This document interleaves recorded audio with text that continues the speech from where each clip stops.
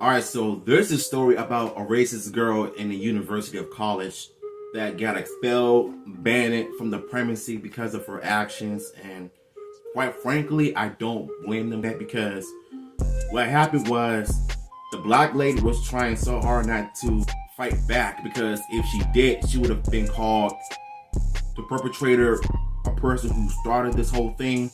But lately, thank goodness for her friend that actually recorded the whole thing and everybody that was present when all of that happened. It turns out this is not the first time that she's done this. She's been hanging around with a bunch of racist people and the white supremacists. This is no surprise to me, because each time we see old and young Karens on the internet, they think the world owns them something, but we don't, honestly. But personally, I think it has done the university some justice and the young lady some justice that has been through racism, and now she started a GoFundMe page so that she can either work on her semester and continue to go to these classes and getting good grades to be financially successful and all of that. So I'm happy that she's still doing better. But as for the racist individual, yeah, turns out that she's been arrested and she's been expelled and banned off the premises altogether, which is a good thing, because I think a lot of us definitely needed something to be happy about for the first time in God knows how long. Shout outs to Jamari for uploading this video. So we're gonna go ahead and get to it right now. Here we go. What do you have to say about the language that you used toward the UK student? Was that okay? You Google the University of Kentucky and your name shows up. I like how they're just walking away and not saying anything. What do you have to say to the student that you used? You can tell it starts at home with the parents. Are you apologetic? Y'all created do you have a anything to say at all? Well guys, I have an update on the spoiled brat who was running around the University of Kentucky acting like she was some sort of untouchable goddess. For those of you who didn't see my first video, this girl, whose name is Sophia Rosing, is the type of person to say the N-word over 200 times in a 10-minute period. Yeah. I got this all on video. Me too. I got this all. While also attacking 2 black students of the school, and to top it all off, other videos surfaced where she was flexing her dad's money while calling other students poor. It doesn't work in Boulder, because guess what?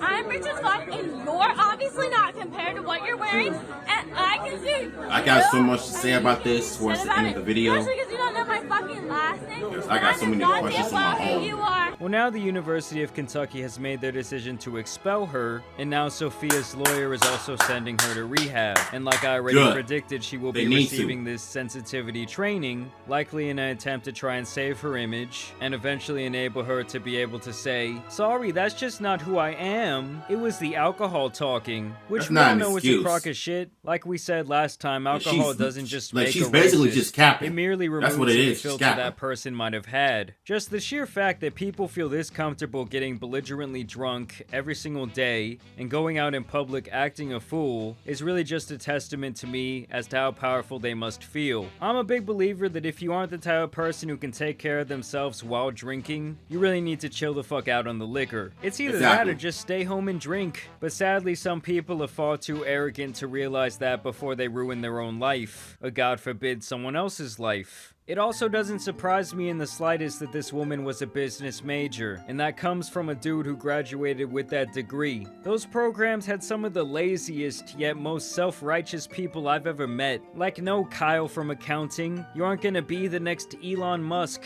so stop trying to correct the professor because your father gave you a summer internship. It's almost like the superiority complex is built in these people at birth. This girl Sophia was also a brand ambassador for Dillard's, and they tweeted out that they have completely cut ties. The police also noted that when they were arresting her that she actually kicked one of them and bit their hand, while saying wow. that she has, quote, lots of money and gets special treatment from the police. So like I said, this wasn't her first rodeo. No one in their right mind would publicly act this arrogant unless they've gotten away with this bullshit before. And that leads me into this other story about her, where a former high school classmate stepped in to detail how this girl, Sophia Rosing, also made her life a living hell. Saying that back then Sophia lied and told everyone in school that this girl had had an abortion, which wasn't true. Sophia would also post this girl's name and phone number on the comments of massive Instagram pages, telling random men to send this number explicit images. She also claims that Sophia went as far as trying to get this girl and her siblings kicked out of school because their parents were divorced, so they were living out of district with their stepmom a few days a week.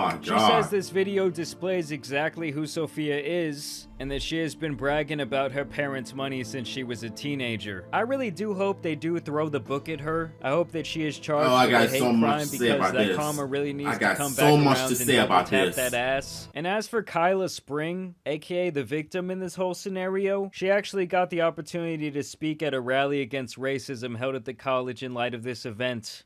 I am deeply saddened by the events that took place, but I am most grateful for justice that is to come. And to Miss Rosing, you will not break my spirit. That's right. And for the University of Kentucky, I'm sure this has been an absolute nightmare. I'm sure they will hang some Black Lives Matter flags and stuff like that. But at the end of the day, this racism won't ever go away. There's so many people out there who think they are superior to others due to the color of their skin, or their religion, or their money, or whatever it is. At the end of the day, we are all just people who have emotions, dreams, goals, and fears. We all feel pain, we all want love. And I just will never understand this type of thing. And I do mean it when I say it all comes from the household, or lack thereof. Wasn't I just saying that earlier? Justice is served to the utmost extent. Y'all let me know what you guys think about this scenario down. Wasn't I just saying that a few minutes ago?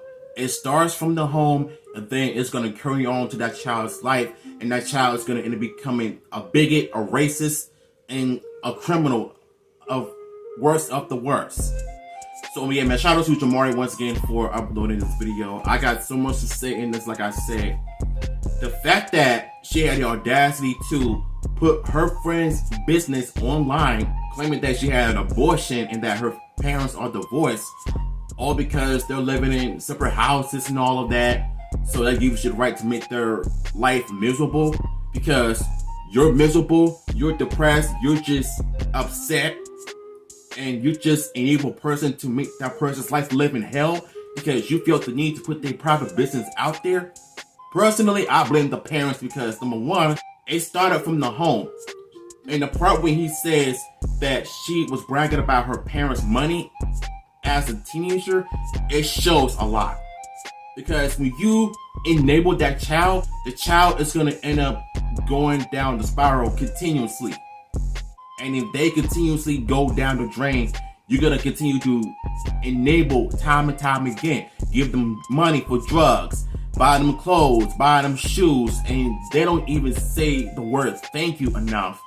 And yet, somehow, when you finally realize that you've done nothing but enable your child all the time, it gets to a point where stop it or just cut them loose.